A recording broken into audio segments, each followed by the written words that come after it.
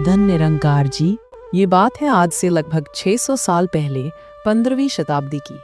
पवित्र नगरी काशी की एक शांत शाम थी, जब सूरज गंगा के जल में अपना सोना घोल रहा था।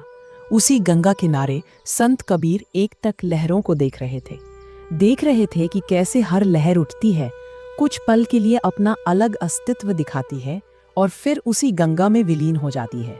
तभी संत रविदास वहां आए और उनके पास चुपचाप खड़े हो गए। कुछ देर गहरा मौन रहा। अचानक कबीर ने उस मौन को तोड़ा। उन्होंने रविदास की ओर देखे और कहा, रविदास, तुम्हें पता है मैं कौन हूँ? रविदास ने सहजता से पूछा, कौन कबीरा? कबीर ने अपनी नजरें गंगा से हटाई, सीधी रविदास की आंखों में डाली और पूरी दृढ़ता से कहा, मैं ही निरंकार परब्रह्म परमात्मा हूँ। फिर संत रविदास कहते हैं, कबीरा, तुम्हारी इस बात को जमाना अहंकार कहेगा। वो कहेंगे, देखो कबीर, जुलाहे को कितना घमंड हो गया, खुद को परमात्मा बता रहा है। भला एक चमार एक जुलाहा परमात्मा कैसे हो सकता है? लोगों का यह भ्रम कैसे दूर करोगे? संत कबीर, बहुत अच्छा सवाल है रविदास।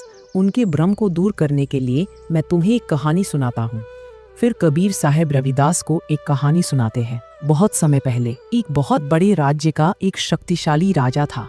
उसके पास सब कुछ था, धन, दौलत, सम्मान। एक रात वह अपने मखमली बिस्तर पर सोया।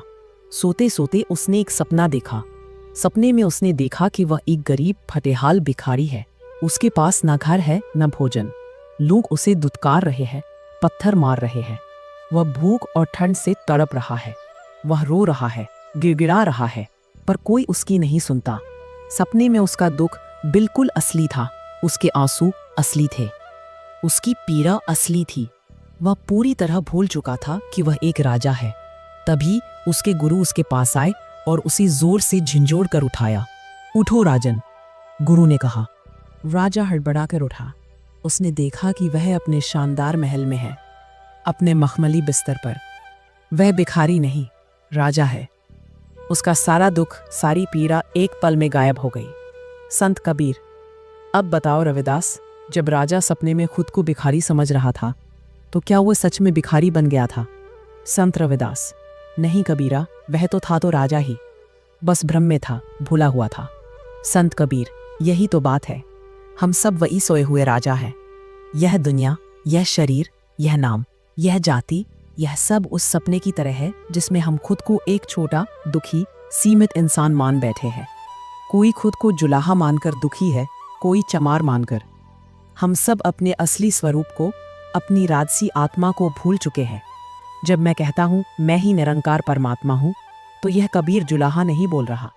यह तो वो जागी हुई आत्मा बोल रही है जिसे ये याद आ गया है कि अरे, मैं तो भिखारी नहीं, मैं तो राजा हूँ।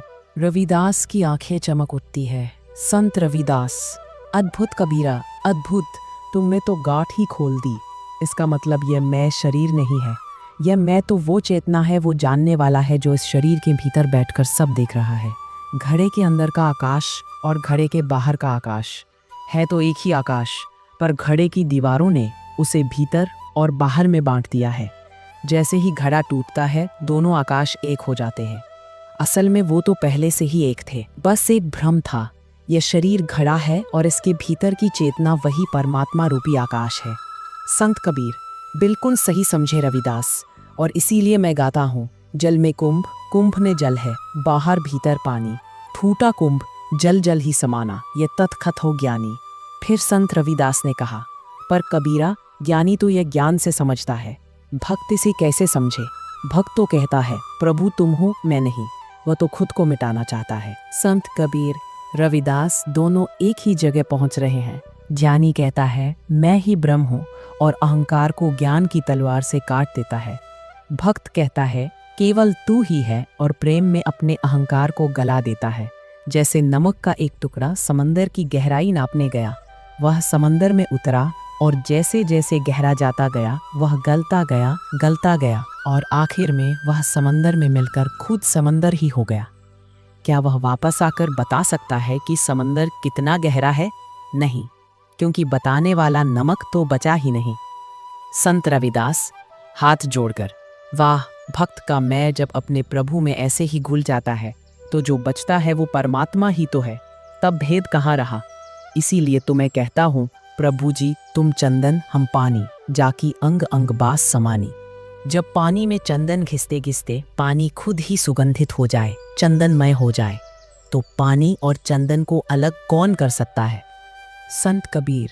तो अब बताओ रविदास, क्या मैं ही निरंकार परमात्मा हूँ कहना अहंकार है? संत रविदास आंखों में आंसू और चेहरे पर परम शांति के साथ, नहीं कबीरा, ये अहंकार का जन्म नहीं, ये अहंकार की मृत्यु का उत्सव है।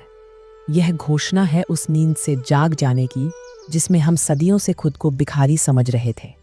यह उस राजा की गर्जना है जिसे अपना असली स्वरूप याद आ गया है। फिर संत रविदास एक और प्रश्न पूछते हैं। संत रविदास एक गहरी चुप्पी के बाद धीरे से, कबीरा, तुम्हारी राजा और भिखारी वाली कहानी ने मन के बड़े संशय दूर कर दिए। यह तो समझ गया कि हम अपने असली स्वरूप को भूले हुए हैं, पर एक बात अभी भी मुझे उलझाती है। संत रविदास, अगर मैं वही निरंकार परमात्मा हूँ जो न जन्मता है, न मरता है, न जिसे कोई सुख दुख छू सकता है, तो फिर यह चर्मकार रविदास क्यों दुख भोगता है, क्यों समाज की उपेक्षा सहता है? यह जुलाहा कबीर क्यों गरीबी में जीता है? यह हमारे किन कर्मों का फल है? और अगर करने वाला भी वही है और करवाने वाला भी वही, तो कर्म का यह बंधन और उसका फल भोगने वाला मैं कौन है? ये एक बहुत गहरा प्रश्न है। कबीर मुस्कुराते हैं, जैसे उन्हें इसी प्रश्न का इंतजार था। संत कबीर, रविदास, तुमने वो सवाल पूछा है जो कर्म और ज्ञान के बीच की खाई है। लोग या तो कर्म में उलझ जाते हैं या ज्ञान को पकड़कर अकर्मण्य हो जाते हैं, पर सत्य इन दोनों के पार है। इसे भी एक कहानी से समझो। एक बड़ा ही कुशल अभिनेता था।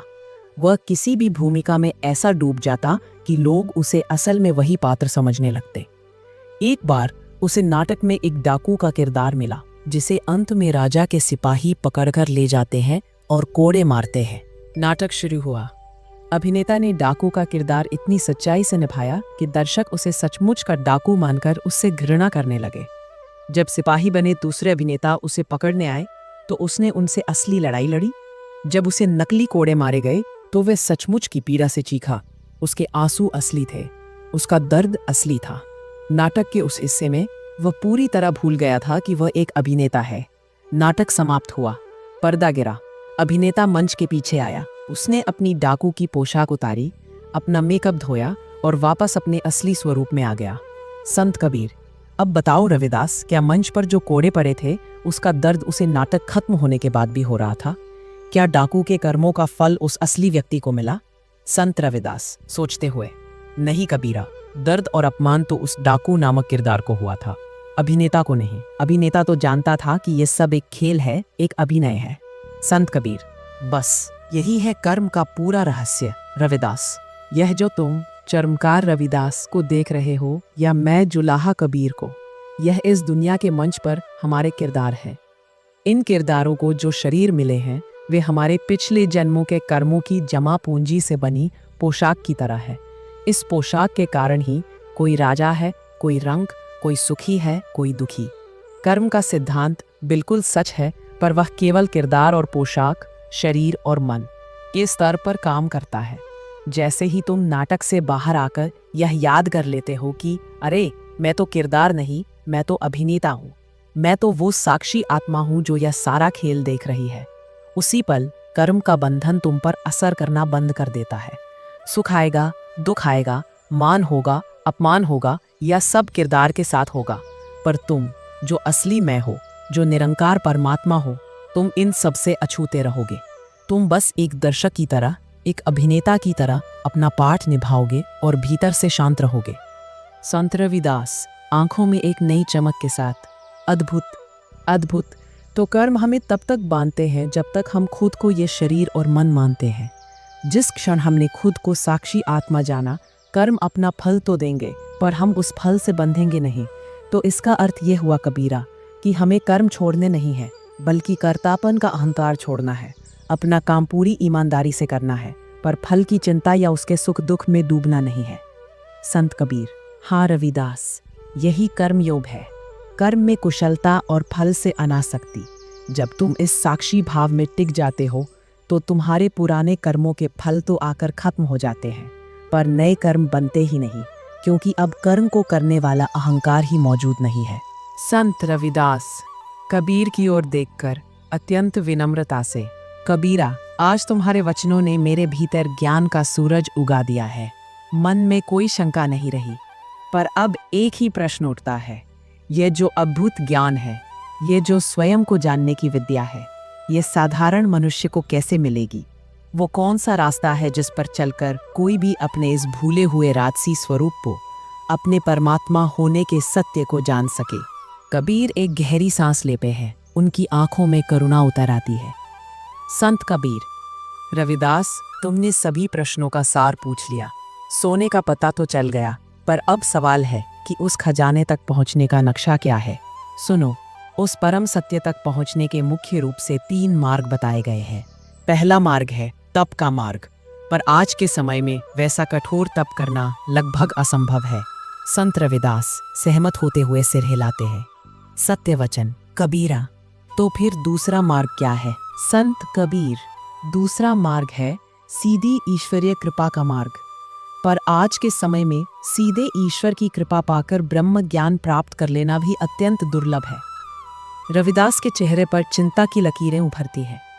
संत रविदास, तो कबीरा, क्या हमारे जैसे साधारण लोगों के लिए सारे रास्ते बंद हैं? क्या हम कभी इस सत्य को नहीं जान पाएंगे?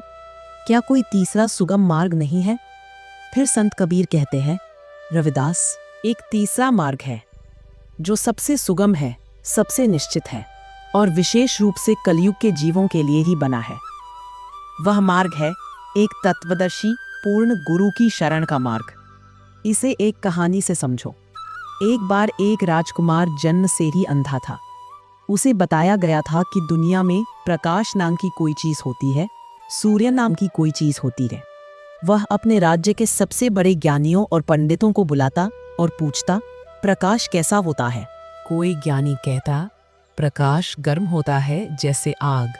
तो राजकुमार आग को छूकर सोचता, ओह, तो प्रकाश ऐसा होता है।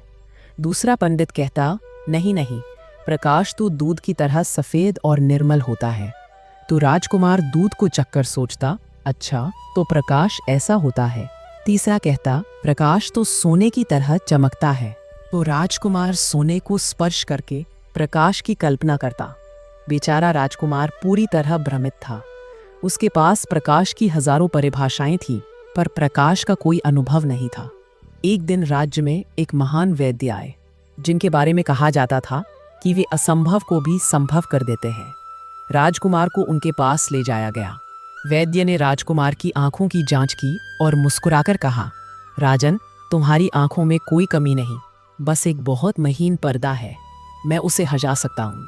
वैद्य ने अपनी औषधि से राजकुमार की आंखों का इलाज किया और जैसे ही उन्होंने आंखों से पट्टी हटाई, राजकुमार ने पहली बार प्रकाश को देखा। उसने सूरज को देखा, रंगों को देखा।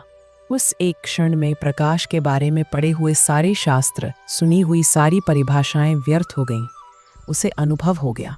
वह आनंद से चिल्ला उठा, अरे यह है प्रकाश, मैं तो अब तक अंधेरे में ही था। संत कबीर, रविदास, हम सब उस अंधे राजकुमार की तरह हैं। हमने शास्त्रों में, किताबों में परमात्मा के बारे में, आत्मा के बारे में बहुत पढ़ा सुना है, पर हमें उसका अनुभव नहीं है। और वह जो तत्वदर्शी गुरु है, वे उस कुशल वेदी की तरह है। वे जानते हैं कि हमारी आत्मा की आंखों पर अज्ञान का महीन पर्दा पड़ा है। जब हम पूरी श्रद्धा और समर्पण से उनके पास जाते हैं, तो वे अपनी कृपा रूपी औषधि से उस पर्दे को हटा देते हैं। और जिस क्षण वह पर्दा हटता है, हमें पहली बार अपने असली स्वरूप का प्रकाश दिखाई देता है। तब हम भी उस राजकुमार की तरह चिल्ला उठते हैं, अरे यह हूं मैं ही निरंकार परमात्मा हूं। संत रविदास आंखें बंद करके हाथ जोड़ लेते हैं। उनके चेहरे पर परम कृतज्ञता का भाव है। अद्भुत कहानी कबीरा। गुरु, हाँ, गुरु ही वह वैद्य है जो हमें आत्मज्ञान की दृष्टि देता है। अब संत कबीर बात को अंतिम निष्कर्ष पर लाते हुए, हाँ रविदास, और अंत में एक बात गांठ बांध लो, तुम चाहे भक्ति योग के मार्ग पर चलो, चाहे कर्म योग के, या चाहे ज्ञान योग के, ये सारे मार्ग तुम्हें एक ही मंजिल तक ले जाने के लिए है। पर सोचो, अगर तुम्हें मंजिल का ही पता ना हो तो रास्ते का क्या करोगे? अगर तुम भक्ति कर रहे हो पर ये नहीं जानते कि जिसके प्रेम में तुम रो रहे हो वह कौन है, उसका वास्तविक स्वरूप क्या है, तो तुम्हारी भक्ति अधूरा है। अगर तुम कर्म कर रहे हो और अपना सब कुछ किसी को समर्पित कर रहे हो, पर ये नहीं जानते कि वह ग्रहण करने वाला कौन है, तो तुम्हारा समर्पण अधूरा है। और ज्ञान योग का तो अर्थ ही है स्वयं को जानना। अगर तुम यही नहीं जानते कि मैं कौन हूँ, तो तुम्हारा सारा ज्ञान थोथा है, पोथियों का बोझ मात्र है। इसलिए तुम्हारी सारी साधनाएं, सारे मार्ग तब तक अधूरे हैं जब तक तुम अपने मूल स्वरूप को नहीं जान लेते। और यह ज्ञान कोई किताब नहीं दे सकती, यह तो केवल एक तत्वदर्शी ब्रह्मज्ञानी गुरु ही दे सकता है। वही सच्चा गुरु है जो तुम्हें पोथी पत्रे में नहीं उलझाता, बल्कि अपनी कृपा से, अपनी शक्ति से तुम्हें सीधे तुम्हारे होने का, तुम्हारे ब्रह्म स्वरूप का अनुभव करा देता है। वही तुम्हें तुमसे मिलाता है। इसीलिए मैं कहता हूँ, गुरु गोविंद दो खड़े, काके लागू पाए, बलिहारी गुरु आपने गोविंद दियो बताए। कबीर अपनी बात पूरी करके शांत हो जाते हैं। रविदास की आंखों से प्रेम और कृतज्ञता के आंसू बह रहे हैं। वे मौन में ही कबीर को और अपने गुरु को प्रणाम करते हैं। तो शांति, तो यह है यात्रा का अंतिम पड़ाव। ज्ञान की प्यास हमें गुरु के द्वार तक ले जाती है। वही गुरु हमें बताते हैं कि जिसे हम बाहर खोज रहे थे वह तो हमारे ही भीतर बैठा है। यह यात्रा अहंकार से शुरू होकर समर्पण पर पहुंचती है, और समर्पण का फल होता है आत्म साक्षात्कार। यह जानना कि आप एक सीमित शरीर नहीं, बल्कि असीम निरंकार परब्रह्म परमात्मा है। क्या आप तैयार हैं इस खोज के लिए? क्या आप तैयार हैं एक सच्चे गुरु की तलाश के लिए? क्योंकि जिस दिन शिष्य तैयार होता है, गुरु स्वयं प्रकट हो जाते हैं। यह तन विष की देलरी, गुरु अमृत की खान। सीस दिए जो गुरु मिलाए, तो भी सस्ता जान। बड़े प्यार से कहना चाहिए, धन निरंकार जी।